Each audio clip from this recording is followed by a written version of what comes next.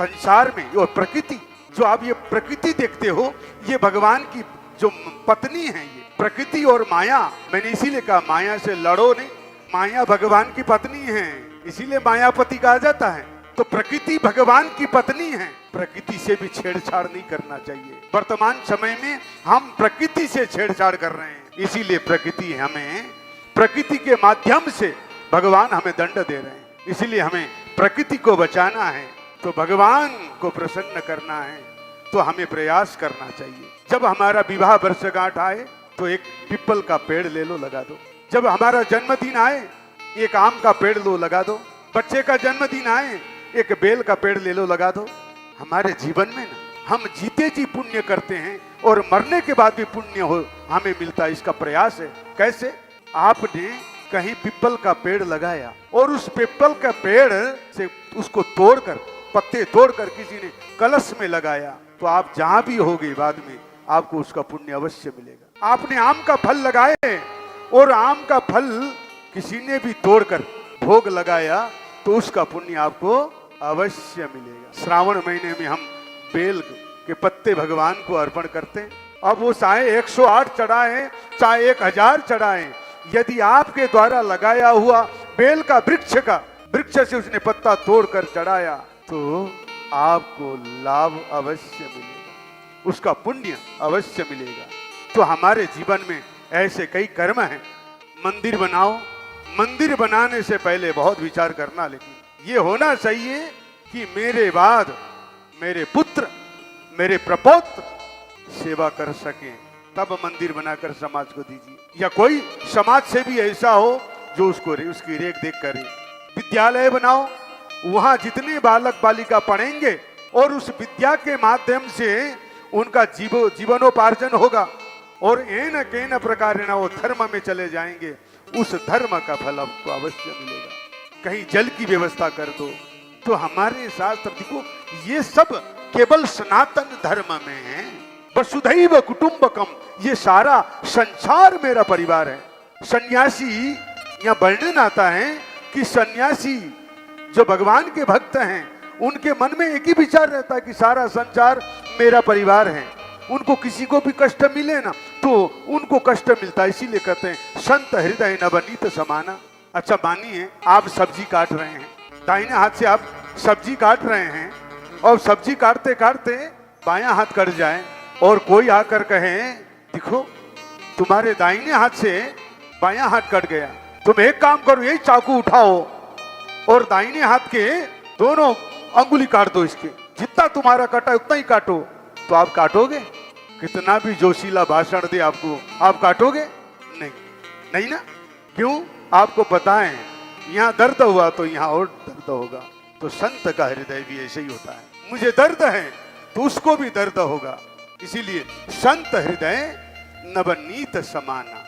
तो मानव, जो मानव जाति है, ये मनु के हम लोग वंशज हैं। मनु के कहने पर भगवान ने हिरण्याक्ष का वध किए। जो कुशा है ना, ये भगवान की रोमावली है, इसीलिए प्रयास कीजिएगा। कुशा लगाने से भी ये प्रकृति है ना, तो भगवान भी प्रसन्न होंगे। इसीलिए घर में गमले में कुशा लगाइए और पूजन पाठ में लगाते रहिएगा ताकि दुगुना फल मिले आपको। और यदि ग्रहण के समय में उस कुश का अंगूठी बनाकर धारण करेंगे। एक और बात ध्यान दीजिएगा, ये अंगूठी जब हम बनाकर लगाते हैं तो शास्त्र ने कहा पूजन पाठ करते समय तुम कुश का अंगूठी धारण करो। क्यों? ये सब के बारे में सोचा गया है। एक धनवान व्यक्ति सोने का अंगूठी धारण कर सकता है, लेकिन एक हाजिरा करने वाला व्यक्ति सोने का अंगूठी धारण नहीं कर सकता है। तो उसको भी उतना ही अधिकार मिले, उसके मन में खिन्नता न हो कि मैं भगवान का पूजन नहीं कर सकता, क्योंकि पूजन करने वाले को तो अंगूठी धारण करना है। तो बोल दिया गया भाई कुशे का अंगूठी धारण करें। तो जो कुश है भगवान की रोमावली है। तो राजा परीक्षित ने सुखदेव जी से पूछा और विदुर जी ने मैत्रेय जी से पूछा कि भाई ये हिरण्याक्ष कौन है जिसको मारने के लिए भगवान को अवतार लेना पड़ा। तो राजा परीक्षित को सुखदेव जी और मैत्रेय जी विदुर जी को कह रहे हैं, सुनो, एक समय संध्या के समय में कश्यप की पत्नी दिति को रति की इच्छा हुई और संध्या के समय में कश्यप मुनि संध्या बंदन कर रहे थे और दिति ने जाकर रति की इच्छा प्रकट की। तब कश्यप जी ने कहा कि हे प्रिय, संध्या के समय भोजन नहीं करना चाहिए, संध्या के समय में शयन नहीं करना चाहिए। आज भी कोई बीमार भी आदमी हो ना, हम क्या कहते भाई संध्या का समय कम से कम कुछ सहारा लेकर बैठ जाओ, सो नहीं बोलते ना। संध्या के समय अध्ययन नहीं करना चाहिए और बड़ी विडंबना है, वर्तमान समय में संध्या के समय ही हमारे बच्चे पढ़ते हैं। क्यों? संध्या के समय पढ़ा हुआ विद्या विस्मृत हो जाता है। संध्या के समय भोजन नहीं करना चाहिए और संध्या के समय में घर से निकल कर नहीं जाना चाहिए। हमारी मातृशक्तियों का जो है ना, उसी समय जाने का होता है। संध्या के समय तो जाना भी हो तो क्या करें?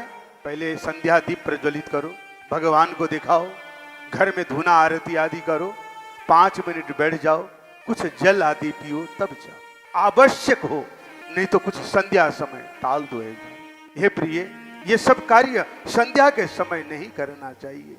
लेकिन रति की चाह रखने वाली दिति माता मानी नहीं। जब उनकी इच्छा पूर्ण हुई तब दिति को पश्चाताप हुआ। दिति ने जाकर कश्यप जी से क्षमा याचना की तो कश्यप जी ने कहा कि देखो देवी, तुम्हारे उदर से 2 दुष्ट का जन्म होगा। तो दिति ने कहा कि ब्राह्मण तो श्राप नहीं देंगे ना? बोले नहीं, इसका उद्धार स्वयं भगवान करेंगे, इसका उद्धार स्वयं भगवान करेंगे। तो राजा परीक्षित ने कहा कि ये जो दुष्ट हैं, जो दिति के गर्भ में पल रहे हैं, ये कौन हैं? कहां से आए इतने बड़े दुष्ट? देखिए, कई लोगों ने कल 3-4 जनों का मेरे पास में कमेंट आया, बोले गुरुजी प्रसंग जो आप भागवतामृत पान करा रहे हैं तो कभी कभी समझ में नहीं आ रही है। समझ में इसीलिए नहीं आ रही है कि हम बीच में आ रहे हैं। आप धारावाहिक देखते हो ना, आप पिक्चर देखने जाते हो, इंटरवल में जाकर बैठ जाओ, क्या समझ में आएगा आपको? कुछ पल्ले नहीं पड़ेगा आपको। आपको तभी पल्ले में पड़ेगा आप जब पहले दिन से आप बैठे कथा में या कथा के प्रारंभ में आए तो। दृष्टांत प्रसंग में प्रसंग और प्रसंग में प्रसंग आता है।